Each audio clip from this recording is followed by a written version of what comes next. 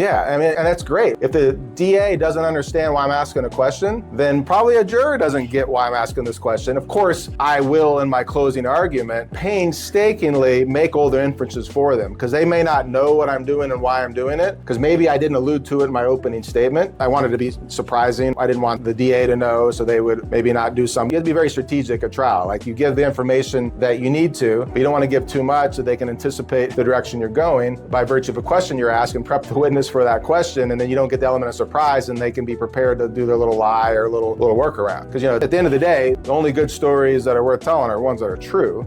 Our particular practice, we have the luxury of vetting people that are falsely accused and take the cases that we really enjoy. Yeah. But regardless of the case, if you're going through a trial, yeah, you've got to work the art of telling the story so it follows the rules of the case, the rules of the courtroom. I would contend that the hero's journey that we're telling is not that of the attorney, it's not that of the client, it's that of the juror. And so I'm not just telling them a hero's journey story, I'm giving them the pieces of the story that they can in turn make their own, so when they do what I ask them to do, they go home and proudly tell their spouse or their kid or their loved ones, hey, what did you do today? How was your jury trial? Oh, let me tell you, we saved this man who was falsely accused from this grievous miscarriage of justice. Or we protected this, this victim that, harmed by somebody, right? You want to create a verdict for them that makes them feel good to do it so that they want to go share it with others. Because no one's going to do something that violates their conscience.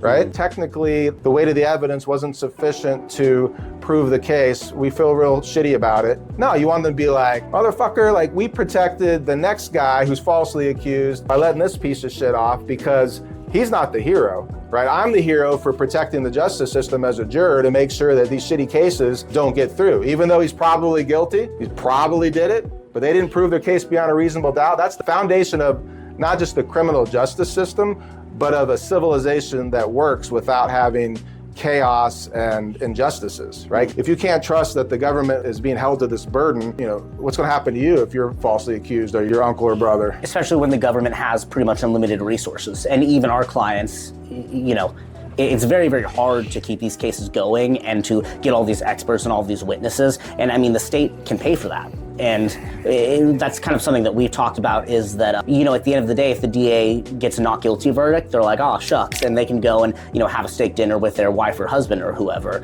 If one of our clients is innocent and they're convicted, they go to prison, potentially for a long, long time, and their life is totally ruined.